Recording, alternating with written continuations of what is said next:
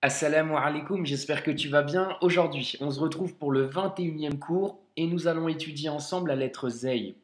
La lettre Zay, elle s'écrit de cette manière. Elle s'écrit d'ailleurs comme le Ra, sauf que cette fois, elle possède un point au-dessus. Tu vois?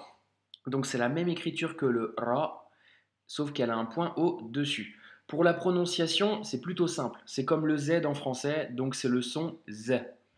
Et c'est une lettre amincie. Ça sera important pour une autre lettre qu'on va voir plus tard. Mais sur cette lettre-là, en tout cas, c'est un son aminci, c'est-à-dire Z, Z, un petit Z entre guillemets. Ça marche?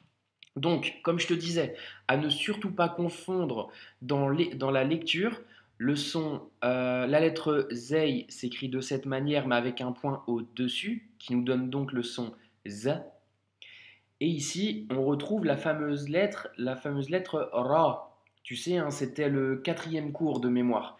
Donc elles s'écrivent quasiment de manière identique, sauf que gros point de vigilance, il y a un point au-dessus pour avoir la lettre Zay. Ça marche? Passons de suite aux voyelles courtes. Donc, ici, je t'ai remis justement la consonne du jour avec les voyelles courtes hein, qu'on a en rouge à l'écran. Je t'expliquais justement que c'est une lettre amincie. Donc, dans la lecture, pour la première ligne, tu devras dire za, zou, zi. Ok? Tu vois, c'est un petit z vraiment léger, aminci. Ne surtout pas prononcer de cette manière. Za, zou. Non, là, ça serait incorrect. Donc, vraiment de manière légère. Za, zou, zi. Et ici, nous avons zin, zun, zan. Pour les voyelles longues, même principe. Ici, nous avons za, ensuite zou, et enfin zi. Comme tu peux le constater, la lettre zay ne s'accroche pas à la lettre qui suit, comme le ra d'ailleurs. Tu vois, quand on l'écrit, on ne l'accroche pas. C'est une particularité de la lettre zay. Donc je te l'ai mis d'ailleurs en rappel, hein. Donc la lettre Zay s'écrit comme la lettre Ra avec un point au-dessus. Et elle fait aussi partie des lettres qui ne s'accrochent pas avec celle qui suit. Cela en fait déjà 5. Nous avions vu le Elif, le Waw, le Del, le Ra et le Zay. Donc elle ne s'accroche jamais avec la lettre qui suit. Voilà pour les voyelles. Je te propose de passer aux exercices de lecture. Donc, je t'ai mis d'ailleurs en couleur la lettre, en vert hein, d'ailleurs la lettre du jour, le Zay. Ici, en bleu, je t'ai remis les règles, tu sais, Alif Lem, pour savoir si on doit ou non faire la liaison en fonction de si c'est une lettre solaire ou lunaire. Je te les ai remis ici pour t'aider sur cette première feuille de lecture. Allez, je te laisse faire l'exercice tranquille et on passe à la correction. Donc ici, nous avons Mizmarun, Mizmarun. Ensuite, Jazzarun. Donc, vigilance hein, ici, tu vois, il y a une shedda, donc on doit doubler la lettre Zay. Donc, Jazzarun.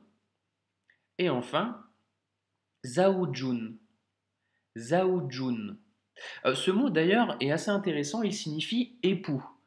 Époux ou épouse. C'est une des rares exceptions. Quand tu entends Zaoujun, ça veut vouloir dire époux ou épouse. Donc concrètement, masculin ou féminin.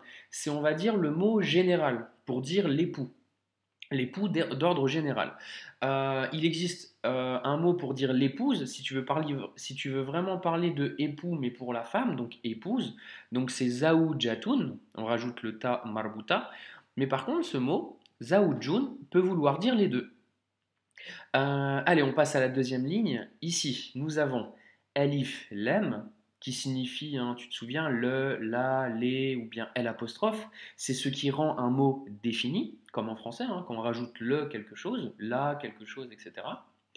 Et ensuite, on a la fameuse lettre Zey, qui possède une shedda. Si tu te souviens, dès lors qu'une lettre possède pardon, une shedda après le Elif Lem, ça signifie que c'est une lettre solaire et par conséquent, dans la lecture, nous devons faire la liaison et ne plus lire le lemme. Hein, tu te souviens, hein, j'avais fait un cours exprès là-dessus sur les lettres solaires et lunaires. Donc par conséquent, ici, tu devras lire Azaïtou. Azaïtou. Tu vois, le alif lem s'écrit, mais par contre, dans la prononciation, on ne l'entend plus. Az-zaytu, car la lettre zay est une lettre solaire. Donc az-zaytu, qui signifie l'huile, donc l'huile, hein, l'huile d'olive par exemple, etc. Bah tiens, ici nous avons le mot olive, ça tombe bien. Donc ici, zaytunun, donc olive. Ensuite, nous avons el khubzu, le pain. Le pain, hein, tu sais, la nourriture. Donc el khubzu, le pain. Et pour la dernière ligne, nous avons justement dans cette phrase le alif lem que l'on retrouve avec le zay. Donc on va devoir faire la liaison. Ici aussi avec la lettre T qui possède une shedda et par conséquent qui est une lettre solaire. Même chose, on va devoir faire la liaison. Donc pour la phrase en entier, nous avons khayru. Donc ici hein, c'est un kha, tu te souviens. La lettre kha comme khatam, comme la bague, qui possède un petit point au-dessus, comme le diamant de la bague. Kha, khayru, khayru zadi taqwa. Khayru za, tu vois, liaison. Khayru zadi taqwa. Tu vois, même chose. J'ai dû faire la liaison car il y a alif lam, mais c'est une lettre solaire. Dit taqwa. Et ici, hein, tu te souviens, ce symbole avec le petit alif maksoura, c'est un A long. Taqwa. Voilà pour la première feuille de lecture. Passons à la deuxième. Voilà, je te laisse, hein, là il n'y a plus les codes couleurs, je te laisse prendre connaissance du texte, mettre en pause et on passe à la correction. Donc nous avons Ma'u, Zamzama, Mubarakun. Donc Ma'u, l'eau à boire, hein, l'eau liquide. Zamzama, l'eau de Zamzam. Zamzam, hein, c'est l'eau de la Mecque, justement. Mubarakun, donc béni. L'eau de Zamzam est bénie. Ma'u Zamzama Mubarakun. Ensuite, alors les deux lignes ici, c'est une seule et même phrase. Tu devras lire tout ça sans t'arrêter. D'accord? Donc c'est la continuité. Donc prends ton temps, hein, là c'est quand même, ça commence à faire des vraies phrases, des longues phrases. Donc habitue-toi, prends le temps qu'il te faut. Aucun souci là-dessus, hein, prends le temps, comme ça tu respectes chaque lettre. Donc pour la correction, ça nous donne Yujza. Donc Yujza, ici c'est un A long, hein, tu te souviens. Yujza el insanu. El insanu, donc les hommes, hein, les hommes avec un grand H, plus l'être humain si tu préfères. Donc alif, lem, el, ici c'est une hemza, donc i, el in, ici c'est un nun, el insanu, yaouma, donc el insanu yaoumal, tu vas devoir faire la liaison, yaoumal qiyamati, qiyamati, wafqan, wafqan, lima, jahaza, jahaza. Tu vois, hein, ici il y a aussi une shadda, donc bien faire le doublement de consonnes. Jahaza. Voilà pour l'exercice numéro 2. Donc, je te relis quand même la phrase en entier, hein, comme ça tu t'entraînes bien. Ça nous donne Yujzal el insanu yawmal qiyamati wafqan lima jahaza. Voilà pour cette deuxième phrase. Je te propose un troisième exercice de lecture. Pour ce dernier exercice, j'ai choisi le premier verset de la sourate numéro 73, Al-Muzzamil. Donc pour plusieurs raisons, hein. Pour la première, c'est que bien sûr ça intègre la lettre Zay que l'on a vue aujourd'hui, mais une seconde, c'est pour t'aider à réciter et à prononcer le Coran correctement. Car maintenant que tu sais lire, tu vas détecter certaines choses. Allez, je te lis ça de suite et je t'explique juste après. Donc ici, nous avons donc Ya ayyuhal muzammil. Tu vois, je me suis arrêté sur le lam. Pourquoi? Parce que à la fin de chaque verset, Dès lors que tu vois une voyelle courte, elle s'écrit, bien entendu.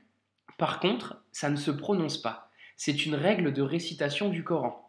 Donc à la fin de chaque verset, nous ne prononcerons jamais la dernière voyelle courte. C'est une règle.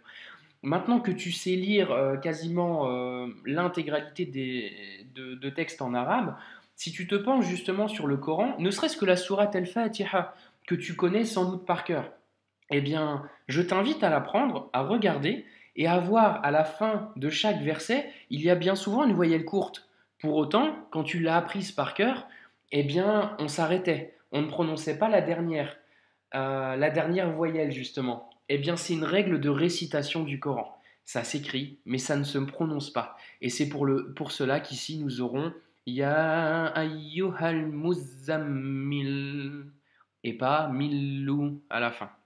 Voilà, c'est un petit bonus de lecture que je voulais partager avec toi aujourd'hui si tu ne le connaissais pas encore. Allez, je te propose quelques mots rapides de vocabulaire qu'on a vu lors de la lecture. Ici, nous avons el khubzu, donc le pain.